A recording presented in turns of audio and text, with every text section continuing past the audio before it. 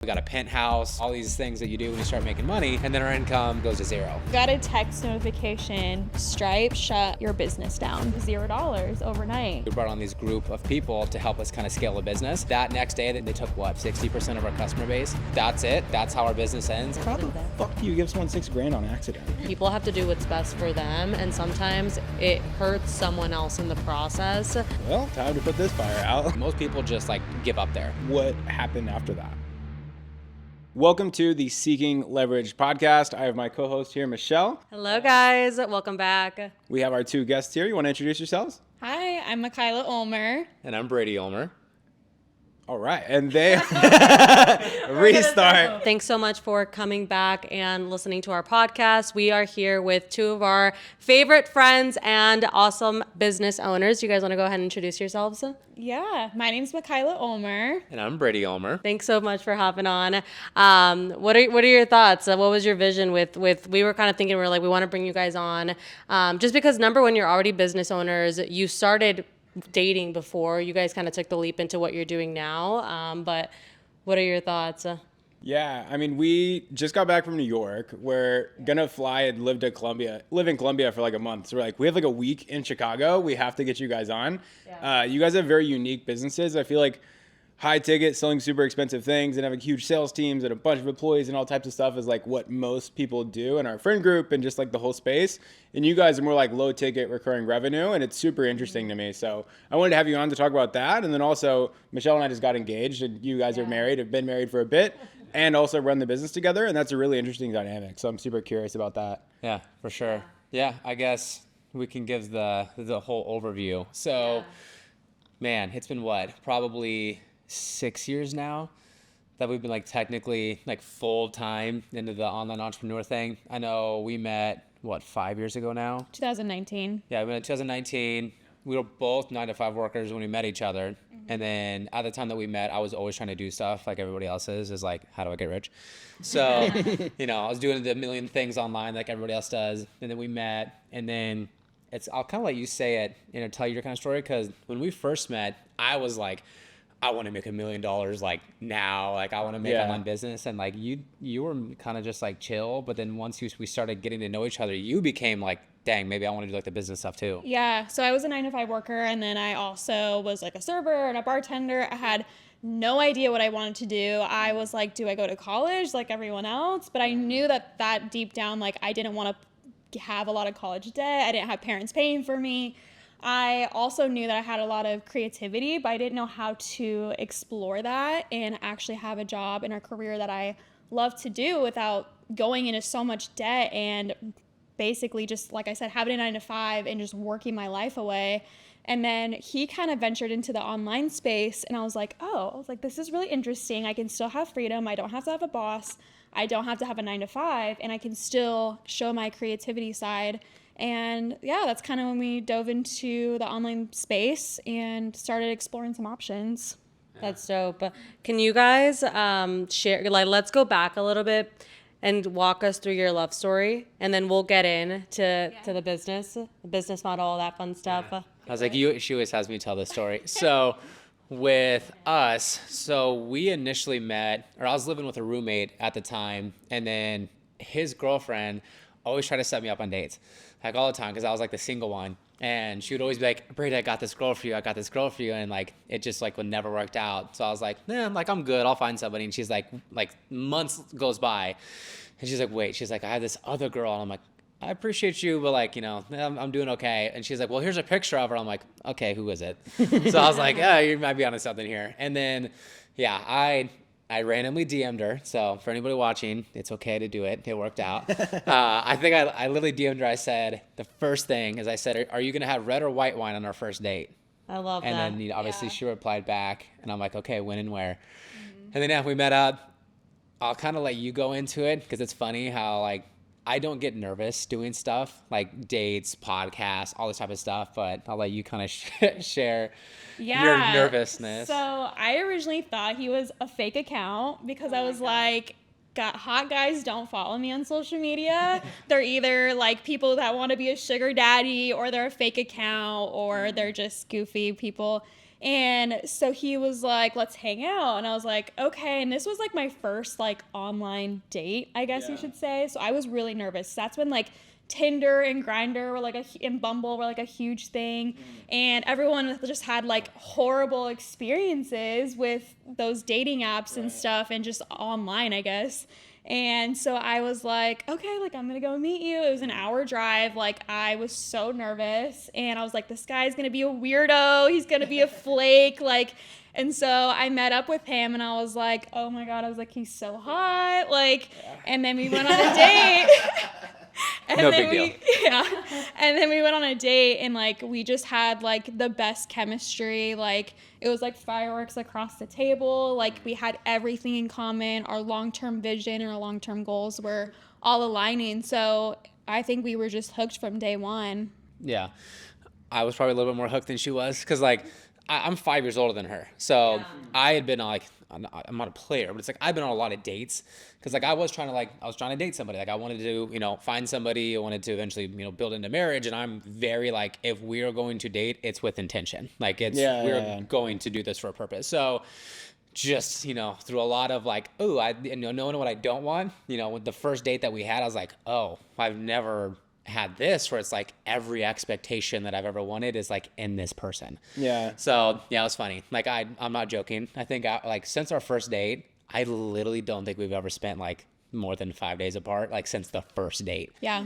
Because like we just hit it off immediately. Yeah, you guys were probably the same way too, I'm assuming. Similar besides COVID. Yeah, true.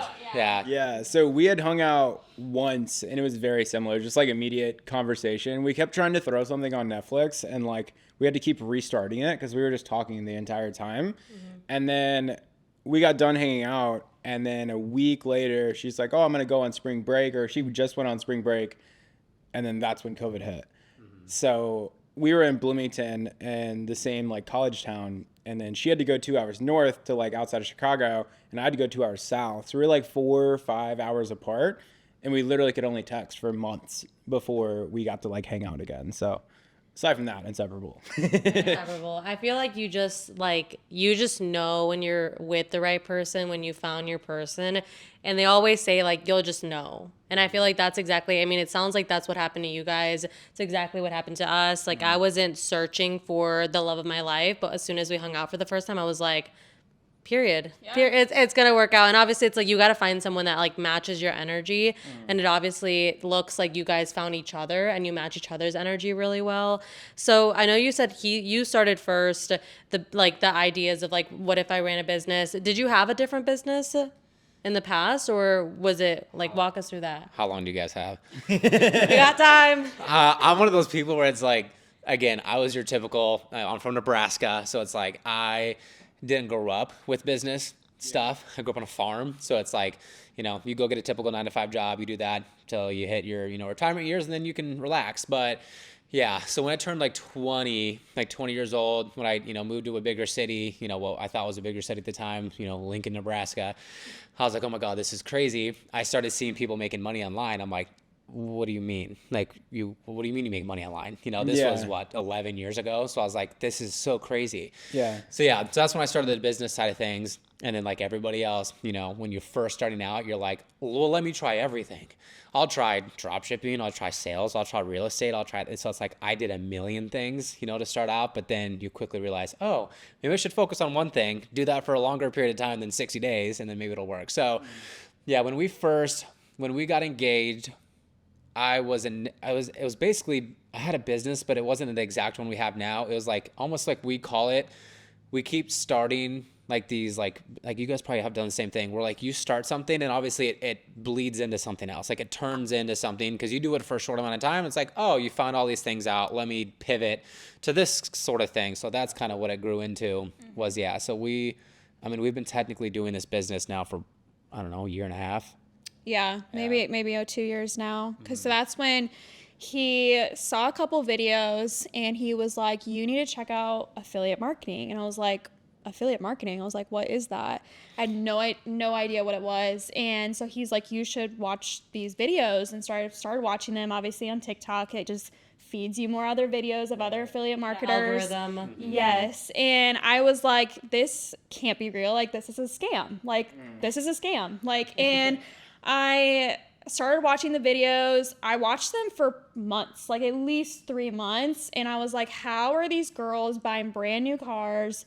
They have a house at 21 that's brand new. They're able to go on trail walks with making $1,000 with not physically working. And like, I was just so confused. I was baffled by it. I was like, this is crazy. Like, I don't believe you. Like, this is weird. Like, and so then I watched again for another month, and then I was like, you know what? Like, I don't want a 9 to 5. I don't want to serve anymore. Like, I want to dive into it. Like, I just walked into it like completely blind, not knowing anything. I was like, oh, I can learn off YouTube and Google, and I can figure it out myself without paying anything because I was so broke.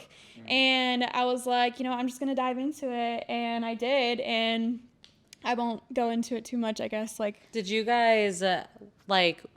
I know you said you had a lot of success from the get-go. Did you guys already have the brand? You guys have pretty big brands already, or did that like building of the brand happen like side by side when you guys decided to start? Like it was like 1,000 followers, decide to start the business, brand grows with it, or you had the brand and then you started? So technically, so we started out before the business that we own right now. We were just like, we got into affiliate marketing just being an actual affiliate marketer. Like we found, so I'll get into that story because this was crazy to us. So, I mean, this is when we were living in Omaha, Nebraska. We were living in a 1-bedroom downtown. That's when we first got into our first like real like affiliate offer. So again, like most people do, I got online, we started searching like, oh, like high ticket affiliate marketing. Like we literally typed that in. And then after like weeks of looking, I found this, it's like an investment company out of California, and they were doing like very high ticket deals. And they're like, hey, like if you become an affiliate for us, if you send us a customer and you make an $18,000 commission. I was like, huh? So I was like, well, maybe we should look into this. So we started with that. So we got into this investment. It was like a trading type investment opportunity. So we got into that. We became an affiliate for them. That's how we hit our first. I don't know. We hit probably the biggest month doing that was probably like what, 56,000. We did it like in a single month. And like I said, this is coming from her working a 9 to 5, me, I was kind of doing online stuff, but I was making, I don't know, like $5,000 a month, thinking I'm a big deal. So, then we started hitting like, $50,000 months. I'm like, holy cow. And then that's when we shortly after got married, and that's when we're like, oh dang, let's move to Chicago. We kept doing that affiliate deal. And then this is where the story gets interesting, because then we get like a phone call from the owner, and it's like, hey, we're not taking any more clients like for the foreseeable future. I'm like, The owner of that investment company. Yeah. So we were sending them customers every single month, making these big commissions. That's when we moved to Chicago. We got a penthouse, all these things that you do when you start making money. And then our income, all of a sudden overnight goes to zero. And I was like, oh crap. Yeah, it literally went from here to zero. Like, did you guys wake up one day and it was like, our Stripes shut down, or the business is done, or what? Well, so that's a different story. Yeah. So this was like the before obstacle. Yeah. Okay. Yeah. Again, if anything that we get, like anybody gets from this podcast, is that we've been through much like ups and downs when it comes to like business and just life. And people don't realize like that's literally part of it. Like there's no avoiding the ups and the downs. And when people hit moments like that, we're like, again, like we'll get into the other bad things that have happened, but it's like most people just like give up there.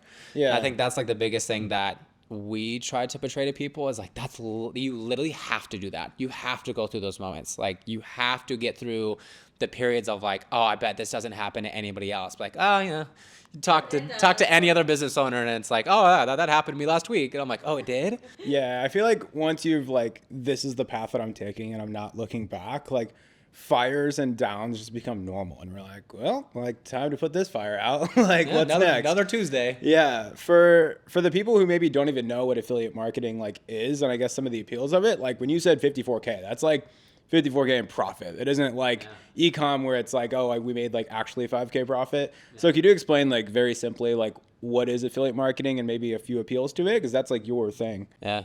You want me to take it, or you got it? You got it. Cool. So to make it basically simple, there's affiliate marketing, there's digital affiliate marketing. So affiliate marketing is everybody's heard of it. I mean, it's what most influencers do. It's when you affiliate for other offers. So essentially you find an offer, it could be products. I mean, these microphones, you could become an affiliate. Like, let's say you guys love this microphone. Awesome. Well, guess what? There's other people that want to have a podcast. They want to have, content. Well, they're going to need microphones. You guys could essentially become an affiliate for this company, and you go on social media and talk about, hey, these are the best microphones ever. This is the brand. Here's where you go get it. They click the link in your bio. Every time somebody goes and purchases it, guess what? You get paid. So let's say, I don't know how much these were. Let's say they're $100 microphone. Let's say they get 30% commissions. Every time somebody buys this, boom, you get $30. So that's affiliate marketing. When it comes to digital marketing or digital affiliate marketing, we're selling online services and products. So it's more like, we sell investment opportunities, we sell courses, we sell guides, we sell PDFs, ebooks. So that's what we do. Is we don't like to sell physical stuff because there's a lot of overhead, that the company does. There could be, refunds, that the product could be broken. So we found companies that we were able to sell, but it was digital. Like, It was basically selling their online services. Correct. Yeah. Cool. Correct. So I don't have to have like factories and like ship Correct. stuff and deal with logistics and supply chain and all that shit. It's just like, Yep. Send a link. Yeah, literally. Yep. Yeah. So yeah, that's what we did. But then so we did that for probably 8 months. We were just like regular affiliate marketers, digital affiliate marketers. And then after 8 months, that's when we kind of looked at each other and like, I think we should like own our own business this time. Well, we were promoting other companies and we weren't really happy with the customer journey that they were providing within their own company. And I was like, we can do better. Like, we can do better than this. Like, there's a need, like, let's fill it. And so we came together, and I had a background of email marketing, so I had experience with that. And you had a ton of system and online experience too. So we were like, let's just fuse our brains together, come up with an amazing company and have a better customer journey. We can just make things so much better and easier for people, because a lot of the other companies, they were so confusing. They were really expensive. They were super long programs. There were just a lot of just bad things about them. And I was like, I know we can do better. Yeah, because we got into basically being an affiliate for a lot of like info products, like courses and stuff to teach you how to get into affiliate marketing. Well, we purchased into those. And then again, that's what she said, is like, we saw all the flaws that were inside these programs, or courses that were very expensive. And then again, after doing that for months, that's when we looked at each other. I was like, we could, like, everything that this person is teaching for thousands of dollars to get into the program, I'm like, we could even teach in deeper. And like she said, the customer journey was like not good at a lot of these other businesses. And I'm like, we know how to do it way better. Like, we could treat them, treat our customers better. We can give them better experience, a better onboarding, all that. And then our biggest thing is, again, we're not afraid to buy courses and training and education online. Like, I know a lot of people obviously kind of are, but I mean, we've spent, I don't know, oh my gosh, like we've spent hundreds of thousands at of least dollars. like we've literally spent at least, I mean, you guys probably have too, like we've spent 6 figures in personal education, mentorship, all that type of stuff. So we did understand, though, a lot of people kept coming to us being like, I want what I want what Brady Mikaela have, like, teach me how you do it, blah blah blah. And I'm like, we kept sending them to these other programs that were like $2,500, $3,000, and they're like, oh, like, I want to learn, but maybe not right now. So that's why we started our business, was to make sure that we teach somebody to be able to do literally everything you need to do, all in the same space. And then the biggest thing was the pricing. So I don't know if you want to go on the pricing, because obviously that's the biggest thing for us, is we just want it to be affordable. Yeah, we wanted it to be so affordable, because it's like when you're in a 9-to-5, and especially with the economy now and how expensive things are, and we knew, like, I think kind of the worst thing is saying is, oh yeah, just put on a credit card. Like, people don't want to do that. Like, they want to start, it needs to be budget friendly. These people don't have a lot of money. I mean, I didn't. When I was starting, I had no money. I was so broke. My credit cards were maxed out. Like, I didn't have money like that. And I was like, how can this, be affordable for the everyday person? And how can they easily refer it to other people at a really good price point? So that's when we decided to do something that was a little bit lower ticket, and just something that was really, really affordable. Yeah, because I mean, you guys are the high ticket, and it's like, that's all I used to do was I did high ticket. So I mean, for the first 4 years of being, in the online spaces, I had my own coaching program and stuff, and it was always high ticket. And it's like, I loved it, but I love low ticket. Like I'm such, because again, like I kept getting like, oh, you have to do high ticket. And I'm glad now, I think just now in this space is kind of getting popular. Like the It low really ticket is. subscription based models is like blowing up right now. And I'm like, finally, like this is our thing. Like we love the low ticket, reoccurring subscription based products. That's awesome. So what's the name of your guys' business? Profit Builders Academy. So yeah, that's what we named it. PBA for short is what we refer to it And as. you said it basically shows them how to do like everything. So like what are some of those things? Yeah. Yeah. So it includes the software to get started. So like email automations, email templates, funnels, like kind of the website type of things. So the actual software to run your online business. And it also includes course videos. So you can walk through at your own pace to kind of learn how to set up your online business. It shows you how to do affiliate marketing, how to do digital affiliate marketing, how to build your own digital products to sell. And then we also have mentorship from six-figure other digital affiliate marketers as well that go live inside of our community. So then that way they can learn how to sell on social media. If they want to do a faceless account and sell online, they can do that. We offer a lot of variety of things. That's so cool. 'Cause that was our biggest thing. Is we didn't want to be like a course, you know, because like that's what our thing is. Like me more than her, like I'm a very big extrovert. Like I have to work with people. Like I'm a people person. I live in downtown Chicago. Like most people are like, oh, like I need to relax. Let me lay on the couch. I'm like, no, I need to go be among thousands of people. And that's where I'm like relaxed. Yeah. So that was our biggest thing. I was like, if we're going to build this, let's build it right. Like so many people just like, oh, I could teach this. And they slap a course together and they try to sell it. And I'm like, okay, well, have you actually done it? Have you made money doing this thing? So we're like, if we're going to do this, let's do it right. So I think we spent probably 5 months putting this whole thing together, the whole company, just again, like finding the right people to be mentors, the right education, the customer journey, everything. We went through pricing a bunch of times. And then like she was saying, a lot of programs, it's difficult because they struggle to get into the systems side of things. Because again, setting up websites and funnels and all that stuff is like daunting to new people. So that was like, okay, well, we need to solve that too. So yeah, we took 5 months and sat down. I'm like, what is literally every single thing somebody could need when they're trying to start an affiliate digital marketing business? And we did that. So that's what our thing is. And we love it. Yeah. I remember being 18, 19 and seeing like Russell Brunson's like one funnel away challenge. I'm like, oh, I just have to like make a funnel and that's it. And I'm like, oh, now I have these leads. Like, what do I do with them? Like, fuck, I have to email them now. How do I email them? So it's like, I knew like, I was like, oh, I just have to do the email marketing or I just have to build a funnel. I didn't understand how it like all came together because I was just getting like one segment of information about each little thing. And it took me years to understand how it all came together. So you guys just have all of it packaged together, which is really cool. Yeah, it's 95% done for you. So it's super, super beginner friendly. But if you're someone who's intermediate and need better systems to run your online business, we can do that too. So yeah. Going back now, I know you were saying you guys have been through like hiccups and like roadblocks. And the first big roadblock that you guys were talking about being in is something with like one of the businesses that you guys were working with, basically saying like, we're not doing this anymore. How was that like initial hardship? Well, so the initial time, was obviously when that company's like, we're not taking any more clients. Again, that's why we built the business. But then now that you're the business owner, well, guess what? That brings a lot more issues and problems that come about. So yeah, we'll kind of get into, because this is going to be good. So everybody lock in on this one. So this is going to be a fun journey. We'll kind of explain the business again, because I think this is good for viewers to hear. Because again, my biggest thing, because now we've mentored over 2,000 students now that have came through our program since we've like officially launched it. And the number one thing that we see that people struggle with the most is when they hit a wall, they think that means that something's wrong. And they think they're like, oh, I'm supposed to stop now or I have to quit now. And I'm like, that's the complete opposite. Like you're going to hit walls. So I think like we always share our story now of like what happened to us in business, because again, like, we wondered why it happened to us type thing, but now we're using it as a story to tell other people of like, oh, well, I thought Mikaela and Brady just built this business and it was just smooth sailing the whole time. And it's like, oh, if you only knew. So I don't know. Do you want to kind of share like the first 30 days, 90 days of the business, or do you want me to? I'm going to let you do that.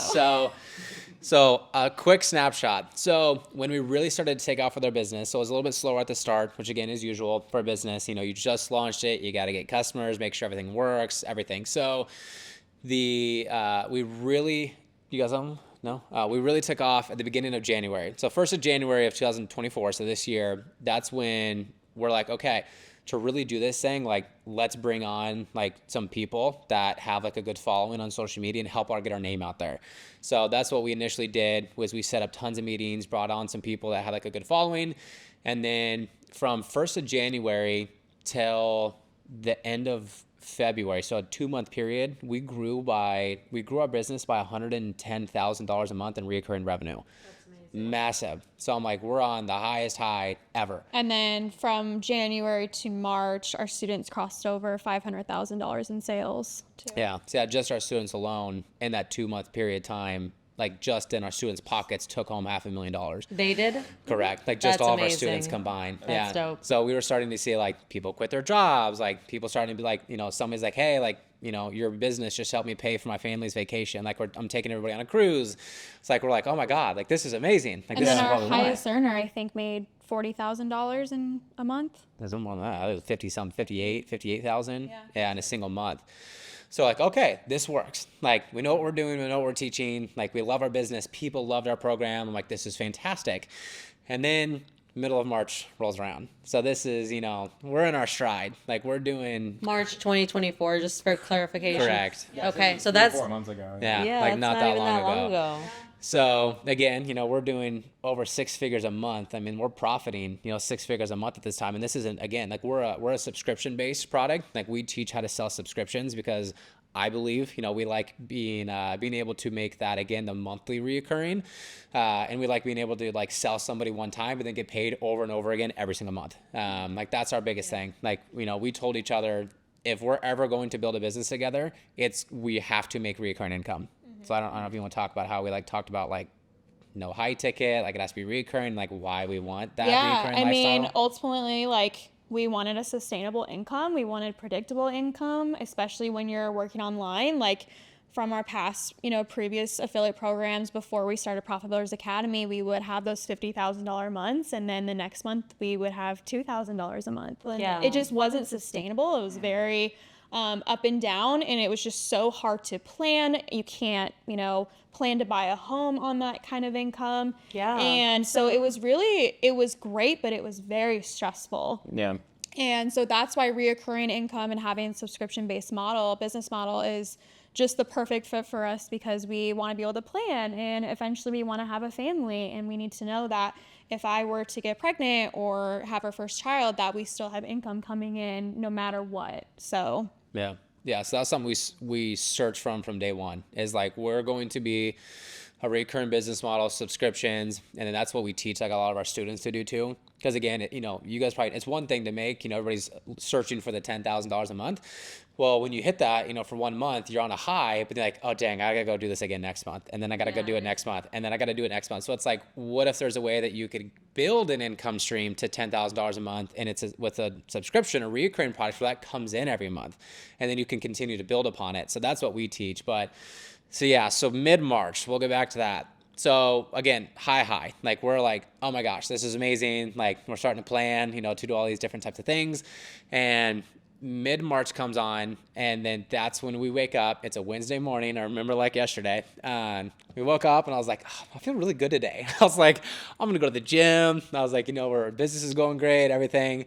And then was it you that checked? I got a text notification, and it said, Stripe, shut your business down. Oh my God. And my heart sank into my stomach, and I felt sick. Yeah. And I remember being like, you're not going to believe this.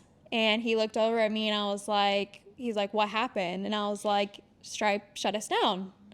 And we were just like, I couldn't even process our emotions. We were in just complete shock. Like, we didn't know what to think. We were like, what? Why? Like, did you send in the documentation? So it was like 8 a.m. We scrambled over to our computer, flipped open the laptop, and we're like, what do they need? What happened? And honestly, it was something that was nothing that we did.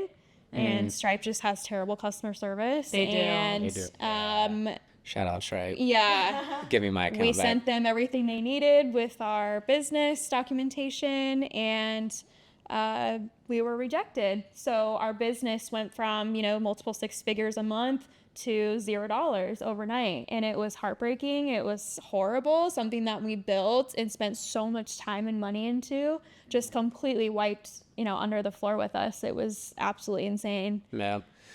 So that was tough. So that happened. And then literally the next day. So that happened Wednesday, right? Again, we're a subscription-based product. So our, multiple six figures a month in recurring revenue, now that Stripe shut us down, goes to zero because now we can't process payments. Now we can't have anybody re-sign back up. So literally, like when she's saying like, oh, our income went to zero, like it went to zero. Like they canceled all of the subscriptions. Correct. That is insane. Yes. So that happened Wednesday. Thursday we wake up. And you know how I kind of mentioned at the beginning of January, we brought on this group of people to help us kind of scale the business. That next day they said, hey, sorry to hear that happen. Like, we're basically, we didn't tell you, like we've been building a program similar to yours without telling you guys. And now that Stripe shut you down, we're going to go ahead and take our, they took what, probably 60% of our customer base. How can they even do that? Yeah. So we were like, again, like it's the it's the internet, It's people like they're already down, let's knock them while they're down. Yeah. So that was a huge shock to us because they were like essentially, in a sense, they were almost our business partners at that point. Right. So again, imagine Wednesday morning you wake up, the business is essentially shut down right now, and then the very next day, the people who helped you build it, turns out that, hey, like we were doing something behind your back and now's a good time to tell you that we're leaving. And I'm like, you got to be kidding me. Yeah. Yeah, the people that were supposed to stick beside us and said that they had good intentions were liars.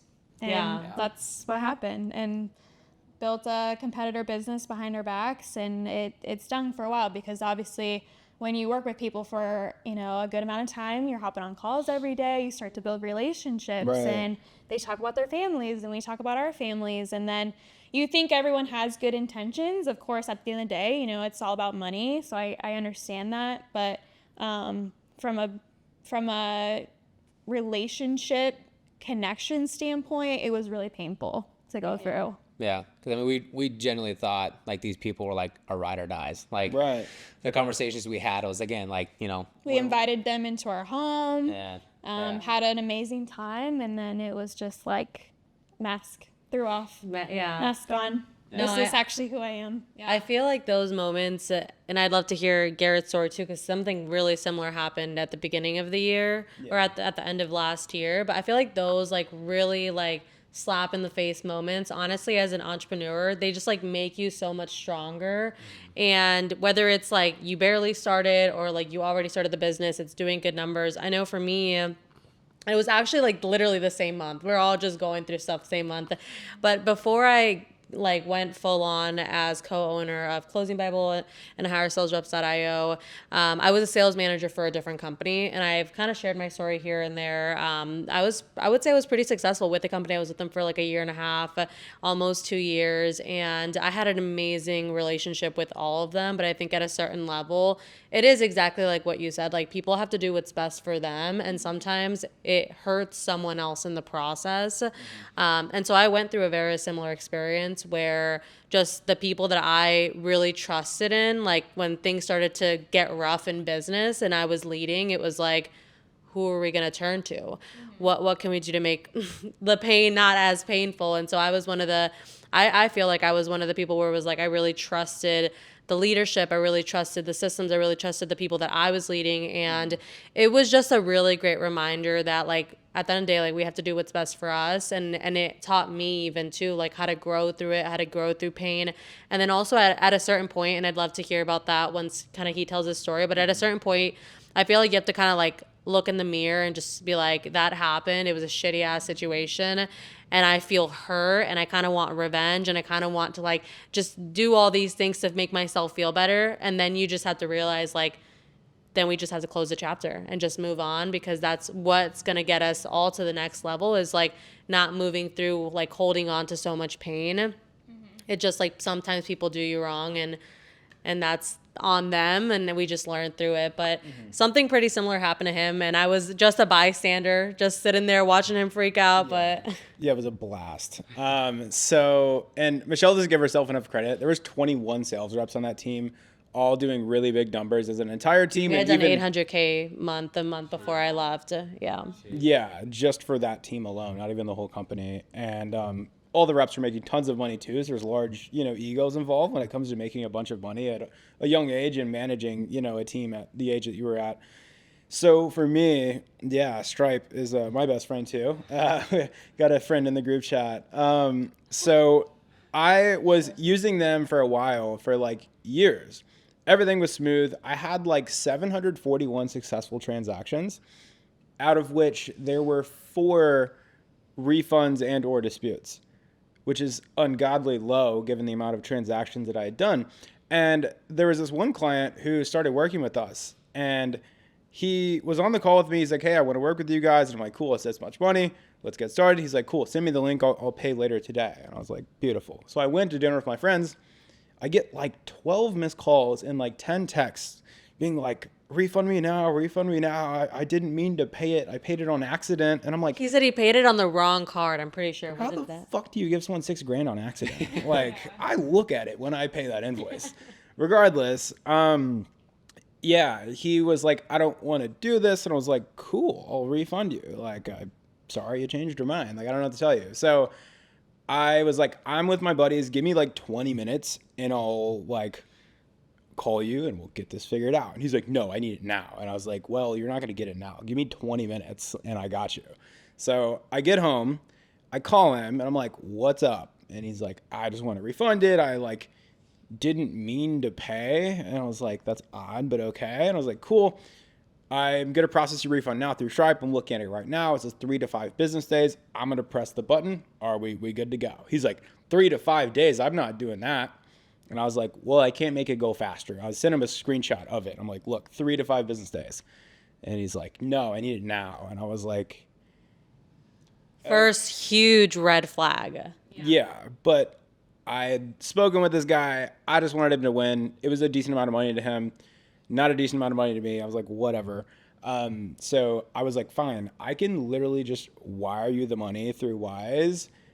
It'll get there immediately while we're on this call if you can like chill the fuck out. And he's like, yeah, I need it now. And I was like, there. I was like, check your bank account. He's like, okay, it's there. I'm like, cool. Like, on the same page, anything else I can do for you? He's like, nope. And I was like, cool. That was the end of it. 2 days later, I get a fraud warning from Stripe. He had charged back the $6,200. So on top of me refunding him, he got paid $6,200. He basically stole. That's stealing money. He stole $6,200 from me. That's what happened. Yeah. Because I was being overly nice and he didn't want to wait 3 to 5 days. I was like, I'll go out of my way to be very nice to this human being. And then I was like, well, that sucks, but like $6,000, not the end of the world. Like, I'll be all right. Then I get an email from Stripe saying, hey, you have a higher than normal like refund rate, which was like 0.3%, which is insanely low. Their minimum for before it's an issue is like 3. 0.75. Yeah, 0.75. So it was like well below that. So then they hold $40,000 from me.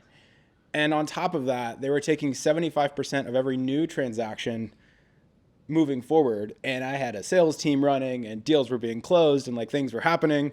So I didn't find a solution for it for like a month-ish. And new sales were coming in and they were taking 75% of that. And I have to pay a team of 10-ish people and all the ad spend that we're spending $15,000 a month or so on ads. And I have 25% of my revenue actually hitting my bank account. So a substantial amount of money got held from them. And I was like, okay, I'll have to switch payment processors and process some cash so I can pay my team and all the business bills. And yeah, end of it, it took 4 months to actually get the money back to my account. Yeah, it was a pain in the ass. Like, it was the most stressful thing in the world to have like a successful business that is profitable and like cash is coming through the door and then cash is still coming through the door, but it's not hitting my bank account and they're just holding a large amount of money and I still have 10 mouths to feed and, bills to pay. So it was very fucking Yeah, stressful. that's horrible. I'm sorry to hear about that. Ugh. It was all like during the holidays too. So it's like not only is shit going down with Stripe, but you're also expected to be, the holidays. You're with family. You're supposed to be in a good mood, eating food. Garrett's over here pissed as fuck. Yeah. And I mean, it's a good lesson. Obviously, he found a solution. We're on Easy Pay to Rack now, so they're amazing. And it's also the same thing. It's like different for you guys. It was like the business partner where it's like we felt wronged in that way. And I think on this end, again, another lesson of like wanting people to win, wanting to be super nice to people, and then kind of seeing like what can happen when, sometimes like with that guy, it's like, had we not done that, had we just refunded and been like, dude, you messed up because of your lack of self-awareness. Now you have to wait 3 to 5 business days, But then again, I think Stripe is kind of sketchy, like in that sense. So I think we were going to go back to something that you guys were saying, but do you remember what that was? I wanted to go back to something, but I can't remember anymore. Oh, I guess just like, so you have Wednesday, Stripe is like, you're not allowed to make money anymore. Thursday, 60% of your customers get taken. Obviously, the immediate reaction has to be like, oh, fuck, like, what now? But you guys are entrepreneurial, so it switches to like, okay, this sucks, Solution-based. but like, I can't cry. Like, what am I going to do about it? Maybe cry a little bit. And then it's like, what do we got to do about it? So like, what is the like mental evolution of like, oh fuck, to like, you guys are obviously back and breathing. So like, what happened after that? From that Wednesday, Thursday, the following 2 weeks after, I was a mess. I was like, it's, you're not in the right mental headspace. So I was like, we're done. I was like, that's it. Like, that's how our business ends, is like, we got a few short, amazing months out of this business. And I think it's what you said. It's like, you can do everything right in business, and sometimes like it just still doesn't go your way. So the initial first 2 weeks, I would say, I was a mess. I was like, I hate this. Like, I hate everything. Like, this isn't going to work. I don't even want this business anymore. Like, screw it. I'm going to go do something else. And then after that 2 weeks, then I became like okay, like my time's over. Like, what do we need to do? Like, I'm a business owner. I tell her, and like I tell my parents like, don't say that. I'm like, I will go homeless before I ever go get a job again. Like, that is, again, like, to be honest, like, you guys know it. You have to be a little delusional. Yeah. If you're trying to do what, like, I know your goals, like I know your guys' goals, like we've talked about it, same goals, like you got to be delusional. Like, Yeah. when she's on the same page, she's like, we will sleep in a box before I ever go get like a serving job again. I'm like, put another cardboard box next to you and let's ride. So she was and this is like, we can get into later. This is why I'm so like, the dynamic of like being married and owning a business together. Like, how does that work? That first 2 week period, she was my rock. Like, she was like, Brady, snap out of it. Like, we got to get this back going. Like, it happened, blah, blah, blah, blah. And then 2 weeks later, it kind of flip flopped. So I kind of let you share your story. Yeah. Yeah, it's funny. Like, he'll go through something and I'll kind of be the foundation. And then there's times where he's past that. And then now I'm a crazy crying mess. And then he's my foundation. So it kind of swaps a little bit. And we kind of healed through that process differently. He's kind of more, he'll speak whatever is on his mind and talk about it, where I'm kind of just keep it in. Like, I'm still trying to process it. I'm trying to process my thoughts, how I feel about it. I'll kind of just keep it in. But yeah, it was tough. It was really tough too, because it's like, we're less than 2 years of being married together. So we're still newlyweds, but we feel like we've been through an entire process on the business side. And it's like, when do you put your business hat down and put on your marriage hat instead, and just trying to balance the two of them? Yeah, and same as you guys. I mean, we still had employees to pay, because we just hired a full-time employee. We had another part-time employee. Our students were relying on us. Our bills still had to get paid. So that's like another thing that I think like we've talked about that I would want like a viewer to know is, because like we do it too. When I think of Alex Hormozy, I'm like, oh, well, dude's on his game 24/7. Like, he walks on water and he touches everything and it turns to gold. It's like, that's not true. And like, that's something that people fail to see. And like, we try to do a better job of telling people the stuff we've been through, because if people don't know the things we've been through. It seems almost unobtainable to get where we are. Of course. And it's like, if everybody just knew all of the things that we go through, the mental stress, again, like we are not, again, to be honest, like we're probably not on top of our game, you know, or we're probably like off our game more than we are on our game. Like 80%, you know, 70% of entrepreneurship is like, you're just trying to figure it out. Like, we don't know what to do. Like, you're just figuring it out. So that was something that we talked about too. It's like, dang, like this is normal. Like, people have been through this. Like, why, you know, we're not special. Like, why should we have a perfect sailing business that flows to $1 million a month with no problems? Like, this is literally the part of it.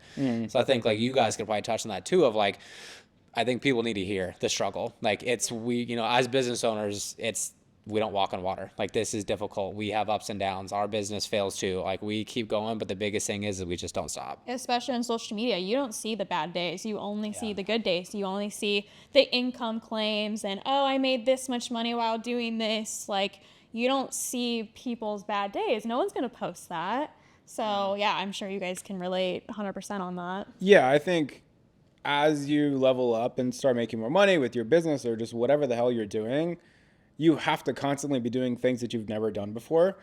And there's no like manual or like rule book for this shit. Like, you kind of just make mistakes and you're like, oh, I should do it a little bit differently. And then I learn from it and then I do more stuff. And if you're always doing stuff that you've already done before, then you're not going to grow. You're just going to stay stagnant. And that's why like courses and masterminds and all this stuff are so awesome, because anytime like we cracked paid ads like a year ago, it was something really hard for me. I didn't really understand. I spent some money. I'm like, I don't know how to do this stuff. Then I went to a mastermind and went through some stuff with someone who spent millions of dollars on ads. And I'm like, oh, that's why this isn't working. And then I, you know, started crushing with it. So yeah, as you guys hit different roadblocks, I guess this is an interesting question. When you guys hit roadblocks, is your immediate gut reaction to like, let me just kind of figure this out and try stuff and see what works? Or do you go straight towards like, who's already done this before? Like, let me learn from someone. I'd say it's a little bit of both. Wow. Because like, she kind of said it, like when something happens, I'm very reactive. I'm like, What does reactive look like to you? as far as like, when it comes to like, let's say, you know, again, somebody hurting me, I get reactive. Like, oh, you're going to hurt me? Like, you know, look what I'm going to do to you. And it's like, so that's like, maybe at the park at 3:00 Right. next Tuesday. So that's me, is like, if something happens in business, you know, our Stripe thing, like instantly the Stripe shuts down, I'm like, oh, well, our business is gone. Like, I'm that type of person. She's, again, a little bit more level-headed, which I probably need in a marriage and a business partner. Because I just like, I'm just always like, go, go, go, go, go. Like, heart on my sleeve. Like, I say what I mean. Like, I, you know, that type of person. So that's more of me. So yeah, when stuff goes wrong like that, I'm the type of person. I like to think about what I'm going to say before it comes out of my mouth. Yeah, I don't. Yeah. Yeah, you don't. I don't. Yeah. Yeah. So your question was what? I guess kind of how we Make handle decisions. decisions. Yeah, like when you're like trying a new thing as part of your like business, do you lean towards, I'm just going to keep trying and failing until I find something that clicks? Or do I go straight to someone who's a master at this that I could learn from, like go to a mastermind or a course or whatever? Honestly, like, I feel like we don't want to reinvent the wheel, but we know what our values and what we want as people. I want what's going to fit my lifestyle. So we do take advice from people that have, you know, done something similar, or they have similar business models or similar things. But I think a lot of our decisions are based on like what works for us, I would say. Yeah. I mean, for instance, you know, when stuff does go wrong in the business, just what I was going to say the same thing. Don't reinvent the wheel. Like, there's, you know, for most people doing business, like, you guys aren't the first person to ever do this type of business you have. We're not the first people on the face of the earth to do this type of business. So it's like, there's people that have gone before you, like, just follow in their footsteps. So yeah, we do the same thing of like, okay, well, if this company, it's happened to a different one, well, how did they do it? Or, hey, we're thinking of doing this thing in our business. We do go look at other, you know, essentially competitors in the marketplace. That's a good thing, you know? And it's like, people get afraid of competition. To be honest, that helps you. Like, competition is a good thing, because they're probably going to figure something out that you might not would have. And then you're going to be like, oh, dang, I didn't even think of doing that. Thank you. You know, so that's kind of how we do our business. A lot of it is we'll see what happens in the marketplace and what's going on. And like, cause you know, the internet, the world, making money online changes like every month, I swear. So it is interesting to see like how the competitors do. And then we take ideas from them and then implement it into our business. So the best way that we say it, how do we take every good aspect of every other business similar to ours, get rid of the bad, and then make the perfect program. Like that's literally what we do. Finding something that's like, number one, it's already working, but then at the same time, it sounds like you guys really care about your own personal creativity and like the things that you actually want to give out, to where you do want it to be original. So you're not trying to like over consume. Yeah, exactly. I think as far as like the problem solving technique, we can kind of touch on like us and just as a couple, because I know we were kind of talking about like wearing the different hats. We obviously run a business together, but even before this, like we were both always working from home, like doing things together. And I think part of, and this I guess is for like the people that are like, me and my partner are very similar. Maybe we want to do something that's similar. Maybe we want to get into the online space or build our business. It's like, I personally feel like what's worked for us is leaning on each other. Like you guys said, it's like if we both are just like in a like shitty situation, shitty like mind, all the stuff, it's like we can't help each other. And I feel like what's really helped us through the different journeys, even when we weren't running the business together, it's like if one of us is down, the other one needs to pick the other person up. If the other person is down, it's always like we need to support each other in ways that we can. And I do think it's important to have conversations around like you run the business, you get through the hard stuff, and then also it's like you put the marriage hat on or you put the relationship hat on, and remember that like outside of that, you still are just like individuals that love each other. And I feel like for us, and I want you to touch on it too a little bit more, but it really has been like leaning on Garrett, especially when I'm having a hard day. And then also knowing like you want to grow through it, right? Like you want to make sure that like you are not intoxicating. I don't know how to say the word, but like intoxicating someone else. So I feel like for me, I've really had to work through whenever there is a situation, it's like a balance between like, and I'd love for you guys to talk about it, but like how much do you pour and say like, I'm dealing with this versus like, I don't want to like put them in this headspace because I'm in this headspace. So I'd love for you guys to touch on it too. Like for couples that are wanting to build together, dealing with each other's emotions, living together, working together. I'll let you take I know for us, it was really hard at the beginning because, again, we're married. We were newly married. We decided to build this business together. At the start, it's like, oh, roses and sunshine. Like, this is going to be amazing. Everything's going to go fantastic. Nothing's ever going to happen. That's that's your thought going into it. And then again, I would say the first couple months was rough because, like, we started just now trying to figure out of like, okay, well, we don't leave the house because we work from home. So it's like, we wake up as a married couple and then at 9 o'clock, now all of a sudden we're business partners. Yeah. And sometimes I'm her boss, so it's like, it's a weird dynamic, and it's like, it's probably a good thing. She's better at taking, like, what's the word? Like taking, like, let's just say it this way. If you tell me to do something, I immediately don't want to do it. Like, I don't care who it comes from. I have a problem with authority, and I think he's got a dominant personality, right. And I have a different type of personality, so I think it works well together, but it's also that married side, like, oh, I don't like that decision, and I'm going to push back on it, because now it's so hard to find the balance, and I feel like when we first started, you ultimately have respect for your partner, but when you're kind of in that business box, you have to watch your tone, your tonality, your respect for each other, how you word things. Like communication just has to be so much better. Otherwise, little arguments can start. But yeah, I think that was the biggest thing for us. Is it still is. I mean, it's always going to be a journey. It's really hard to separate business from marriage. Because it's like, you guys know, when you own a business, it's on your mind 24/7. Like, that's the thing for us too. Like, I don't know how your guys' relationship works. My business is on my mind literally 24/7. From the second that my eyes open, I'm like, what do I got to do today? Or the second I'm trying to go to bed, I'm like, oh, I forgot to do, so it's like, I'm very business. She does a good job of like shutting it off at a certain point in time in the day. I struggle with that. So that's like even something that we're working through right now. It's like, okay, at a certain time during the day, like we're done. Like we're switching from being business partners to being married. Mm-hmm. So, I'd be curious to see how your guys' dynamic works. Cause again, like we've been married for almost 2 years, and it's like, we're still trying to figure that out. Yeah, I would say we're similar. when I wake up, I'm like, go, go, go. Like, it'll be midnight, 1 a.m., and I'm staring at the ceiling like, should I run this ad or this ad? How should I do this? Like, it doesn't really shut off for me. I feel like you're pretty good at flipping the switch, but it's on your mind 24/7 too. Yeah, yeah. I feel like I'm pretty good at flipping the switch, I guess. And it is a journey. You said it exactly right on. Like, I will just say, like, we don't have a perfect relationship. We don't have a perfect business. We don't have, all these things. But I mean, we are active. I think it is like getting conscious of like, I want to be a good partner. I want to be a good business partner. And I would say, like, we recently started working together, which is a whole different layer than just working in the same place together. Because before, we used to be able to, like, give each other ideas. This is what's going on in my life. This is what's going on in my job or my business. Or these are the problems I'm facing. Or even it's like when you complain, like complaining to your partner.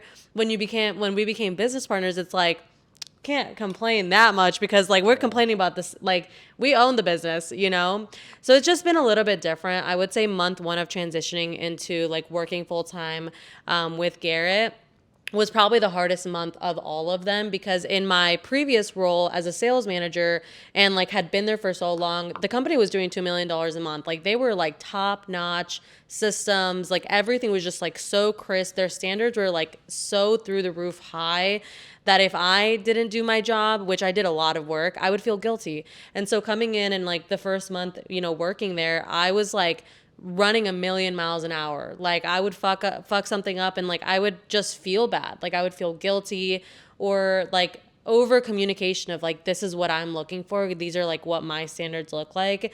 And I think that it was one of those things where I had to find a balance of like, it's a different culture here. We get to create a different culture. I do not have to move at this speed. I don't have to feel guilty if I go on a walk in the middle of the afternoon. Like at the beginning, I literally remember telling Garrett, like, I'm going to go work out at like 11 a.m. He's like, I don't care. I'm like, I know, but I feel guilty, like for leaving and for going on this walk and for going to the pool.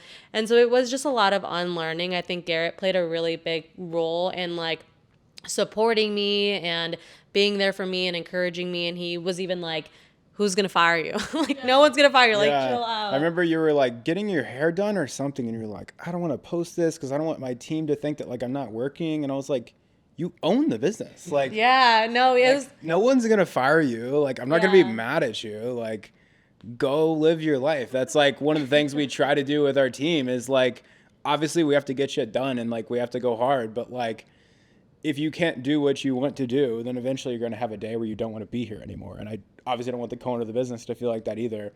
I think for me, one of the challenges talking about like I guess not husband hat, but fiance hat and like business owner hat is if she was venting or going through something, I was like, okay, is this like co-owner, like I'm giving solutions to this problem so that way I can like squash this problem and we move on to the next one? Or is this my fiance venting and I'm just supposed to like listen? Like I think month 1, that was a struggle, at least for me, on knowing how to react and like reading her and like what she wanted when she was venting about something. And then secondly, understanding like division of responsibilities, because we both are really good at sales and we both understand sales management and businesses and like how they function. But if we're both jumping on the same problems at the same time, then it's like 2 people doing the same thing. Like we're not going to, there's no progress. To do that at the beginning. We were trying to like, I'll help here and you help me here. And like, we'll do here. And it was like, we're just wasting time and it's creating more tension that it's actually creating problems, right? Or solutions. And I think by like month 2, it's like, okay, like Garrett really understands the marketing stuff really well. Michelle is one of the best sales managers I've ever met in my life. She's really good at managing people and systems. So we're like, okay, I think her with sales management and operations stuff, and then Garrett with more marketing, more fulfillment stuff. I think that's a better pocket for us to be in. I think ever since we like kind of got that locked in, we got in a really good flow. Yeah, that's how we are too.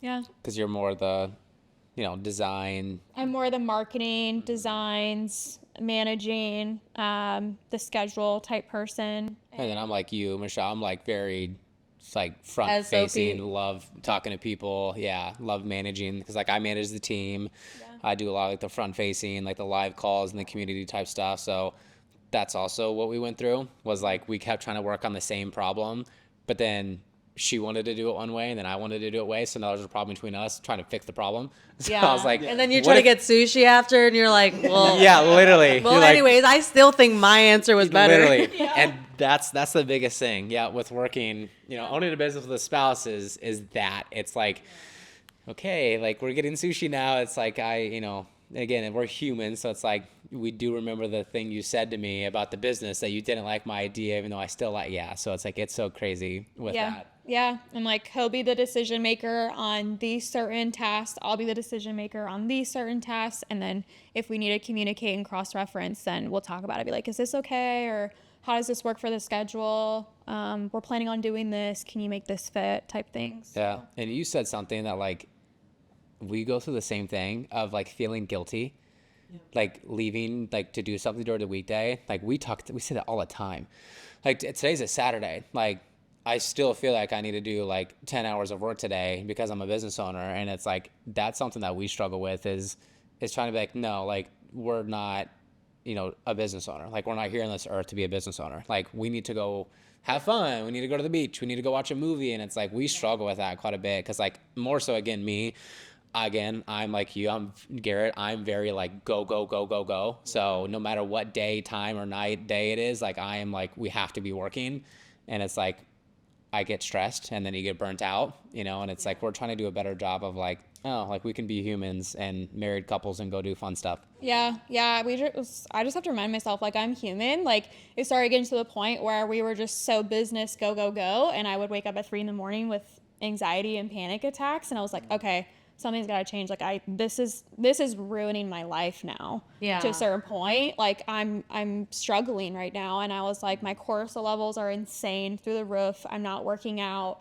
I'm not prioritizing sleep. I'm not prioritizing having a healthy diet. Like this is destroying me. And I was like, I need to put in that time into myself. And then my business is going to reap the benefits by me prioritizing myself. So that's something that we kind of had to learn too, and obviously prioritizing our marriage and spending time for each other, and just having like honestly a really good point of time where we could be apart, and then when we came together, we would have a better relationship too. I went to Nebraska, was that a month ago, and we were I think 7 days apart, and everyone kept asking me, "Do you miss Brady? Do you miss Brady?" I'm like, I love him, but no, I don't miss him. And the reason why is because we're together 24/7. We're like Velcro. And then when we came back, our relationship just felt so much better, more healthy. That's awesome. And just have so much, like that love juice was just filled back up, and it was so much better. So yeah. That's awesome. I think Garrett's a great person to give advice on like that, like not feeling guilty. And like doing it, and I agree. We actually haven't spent any time apart in like a long time. Like maybe one day, but not right now. But I want to touch on this, and then I want to hand it to Garrett to kind of talk about like the feeling guilty comments, something that because he's coached me through this. Like I feel like he's coached me through this because in my when you're working for another company, you just fall into like this like kind of trap, and I guess it goes for business owners too, where it's like I'm representing the company. What if they don't like this? What if they do like this? What are people going to think about me? And while I was at the other job, I was trying to build my brand on social media because I wanted to do other things long term. I don't want to rely on a company because if they let me go and no one could see my skill, it would be like okay. And I guess the incident that stemmed from like me telling Garrett earlier, like, I want to go do my hair. I'm scared to post it. Like, is the team going to think I'm being lazy? Or they think I'm neglecting them? Is because when I was a sales manager, there was a day where there was a Friday and I had got my hair like colored and cut and blown out. And I had forgot about my appointment. So I reached out to one of the like people on the team and I was like, hey, I forgot about this appointment. Like I have an appointment. Can I count on you? Can you do the call? Like the training call of the day? And he was like, oh yeah, that was my only meeting for the day. Well, come to find out, like it upset a couple people on the team that I went to get my hair done because I posted it on social media, but I didn't tell my team that I was doing my hair. And so I think now like working through the balance of like being able to do things and like being able to share them, he's done a really great job at like coaching me through that and just being like, it's okay to go have a life, to do what you want. If anything, like you're letting people know there's other areas of your life. It's not just that you're like a business owner. And one thing that's really helped me like drastically, and I think what was the problem last time versus this time when I do my hair now, is like transparency. Like, I don't know what it was. It wasn't even like intentional that I was like not trying to share with people that like I worked with, for example, that like, I'm going to go do my hair. Can you do this appointment? You know, can you go do this call for me or whatever? But now I try to be really intentional and transparent about what I do. So for example, like, I'll say, oh, this weekend I'm going to go hang out with my family, or, oh, this weekend, like, we're going to do something really fun. We're going to go, you know, whatever. Example, when we got engaged, I was like, yeah, he proposed to me. My whole family was there. His family was there. And then we partied all night. Like, that's exactly what happened. And I think you earn a little bit more respect. And I do think it helps train your brain to like not feel so guilty, because it's not like, oh, I'm doing these things I really want to do, but like in secret, because I don't want people to judge me. It's like, I'm doing these things. I want to share with you guys what I'm doing because there's other aspects to my life. And I learned a lot of that from you. And I know the team is really big on like, what is it called? Work-life balance. Yeah.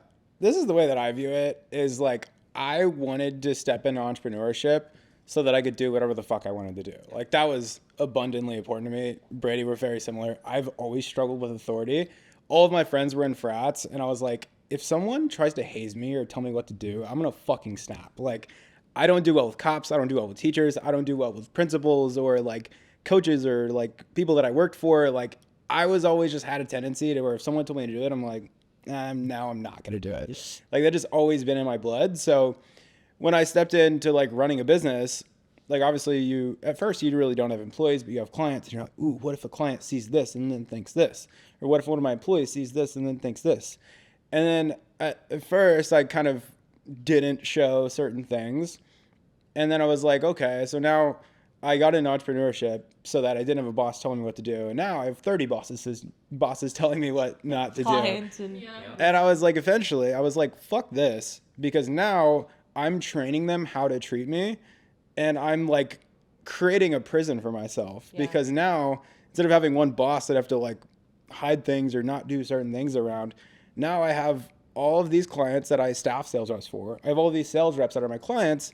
And then I have all these employees. I now have 300 people, and I'm training them how to treat me. So I was like, all right, I'm going to do whatever the fuck I want to do, because that is training them how I will be treated and what I will do and what I will not do. And by doing that, and also by posting content about what I actually want to do, I'm attracting people that vibe with that. Because if I act a certain way to be presented in a certain way, then I bring people that think I'm actually like that. And then I have to maintain this persona that I'm not.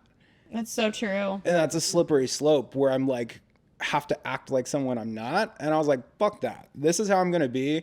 By being very open and honest about that, I bring people that are cool with that. And then I could just always be me and not have to like change it for anyone. Yeah, I remember walking, and then after this, I'll make sure the cameras are still working.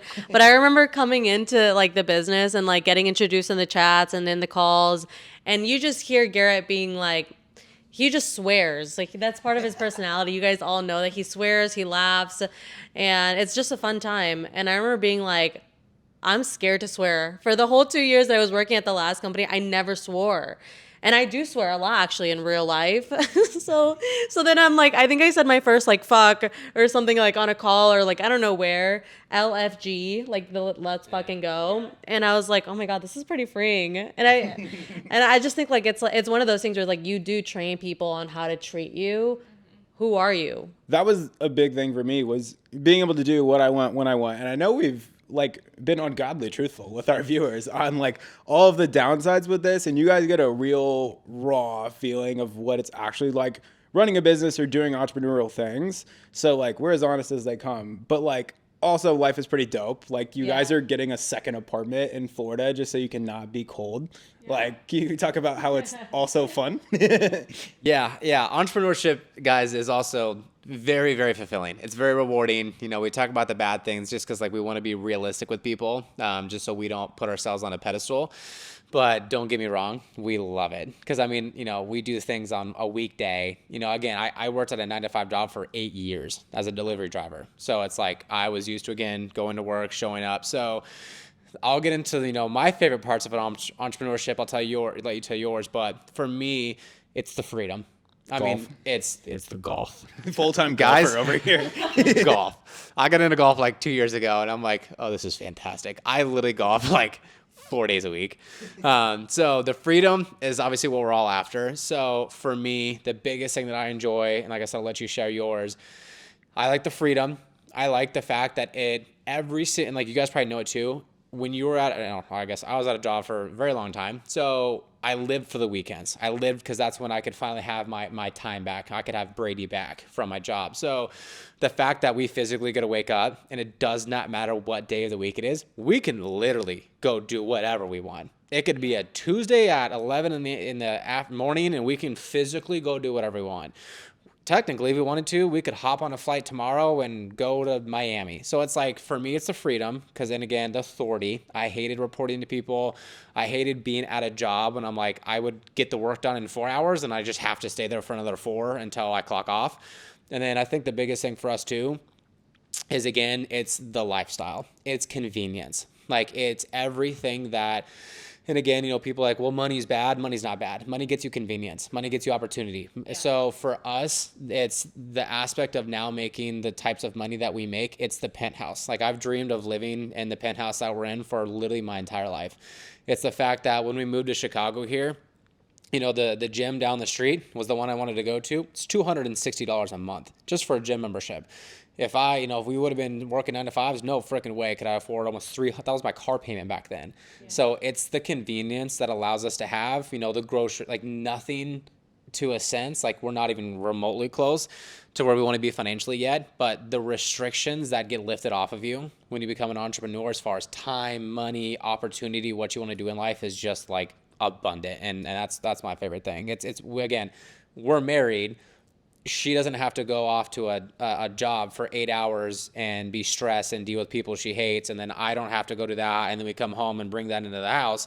No, like we get to focus on our marriage 24/7 now. Yeah. Yeah. I would say like the unlimited cap of how much money I can make. Like it's unlimited income potential. Like that's what I love. Like I can work for 0 hours on Monday, and Tuesday I can work for 4 hours, and I'm still going to make money no matter what I do. It's the fact that I can make money literally no matter what I'm doing or where I'm at. And also I think our dreams, like we have big dreams, and it's the fact that now that those dreams are actually possible. Because with a 9 to 5, if I wanted to build my dream home, that wasn't going to be possible. So now I actually can. And we don't want to put our kids in daycare, our future kids in daycare, and now it's actually possible. I can stay home. So there's just so many boxes that it checks, and like I just love that we can make as much money as possible, and it's only up to us. And yeah, I just love that like you said, it's just freedom. We can do literally whatever we want, and we can treat ourselves. We can have a spa day. We can literally do anything. Yeah, and going off real quick what you said, it's the time we're shooting this, we're going into the fall in Chicago, and the winter's here, not fun. No. So I think that was the thing for us is we went to dinner 2 nights ago or something, we were walking back, and I'm like, because I remember telling you this, I was like, how crazy is it that we are literally talking about getting a second home somewhere that's halfway across the country because we just don't want to be cold. That's crazy. Yeah, that's a luxury. Like, I can't say that to the people that I grew up with because they're like, wait, what do you mean you're getting a second place? Like, you're young, So it's like, it's so crazy that like we get to live these things, and it's like we're feeding our childhood like dreams, Yeah. It's like it's so crazy. Like 2 years ago, if you would have said like, Mikaela, you're gonna live in a $7,000 penthouse, like I would have never believed you. Yeah. I would have been like $7,000. Like, yeah, you're insane. I would have been like, I'm gonna make $7,000. Yeah. Not only that, but I'm gonna pay $7,000 just for the place I live. Yeah, it's insane. One thing I really respect and admire about you guys is you guys have really like identified what your dream life and dream business looks like, and actually reverse engineered a lot of those things and like live that. And unapologetically, you don't really do what other people want you to do or what anyone else wants you guys to do. You guys just do whatever the fuck you want to do, and I really admire that. Yeah, appreciate thank you. Yeah. Yeah. I mean, you guys are the same way. Yeah, you guys are the same way too. You guys were like the first couple, that we really got to know here in Chicago. And I mean, these guys are fantastic. I mean, we've had amazing conversations. Like that's what we talked about that one time at the pool was how like, we reverse engineer it and like we're both again, setting up the business to do what we want. And I think that's the biggest thing that I'll leave it with the viewer is again, we are all normal people. Like me and Garrett basically grew up the exact same way. Like I'm a farm kid from Nebraska, and it's like I didn't grow up with this type of stuff. So again, the fact that, I come from a farm in Nebraska and now I'm in penthouses in Chicago, like that's crazy. So again, my thing is like, it's all possible. And this did not happen for any one of us sitting here overnight. Like this is years. Or by accident. This is years in the making. It's the ups and the downs and it's everything in between. And it's like, it is so worth it. So worth it. Like we remind ourselves, as hard as this ever gets, it is so worth it. Be intentional with your passions and your skills and truly what you want out of life. Be intentional with your decision making because it will reflect on your future big time. But it can happen very, very quickly too. Mm-hmm. Yeah. And mic drop. No, I'm just kidding. But thank you guys so much for hopping on. Like this has been so much fun, so amazing. We'll have to do another interview, another podcast episode once you guys, maybe we'll do a check-in. I think that would be really fun to see how Florida is. But no, I think it's super admirable that you guys are like, you just had this vision, you executed on it, you had some major setbacks, some setbacks that are like, you get the pit in your stomach, like, do I even want to keep going? And you guys were able to keep going, persevere through it. Your marriage got stronger through it. Now you're about to do your second apartment in wherever you guys land in Florida. So we're always cheering you guys on and appreciate you guys so much for hopping on. And I will pass it to Garrett to end things here. Yeah, for those of you who like want to build online businesses, they want to build marketing, they want to have like a CRM and all the software they need to like go build online businesses, build funnels, email marketing, all of that stuff. Where do they go to find that from you guys, and where do they follow you guys? Yeah, so my Instagram, it's Brady_biz, so BRADY_BIZ. And then obviously, everything's linked in our, profiles and stuff. Yeah, so it's profitbuildersacademy.com, and my Instagram is mikaela.ulmer, ULMER. Yes. Yeah. All right, that's the pod. Bye, guys. We'll see you on the next episode of the Seeking Thanks for Leverage having podcast. us. Of course. Hey, guys. Bye.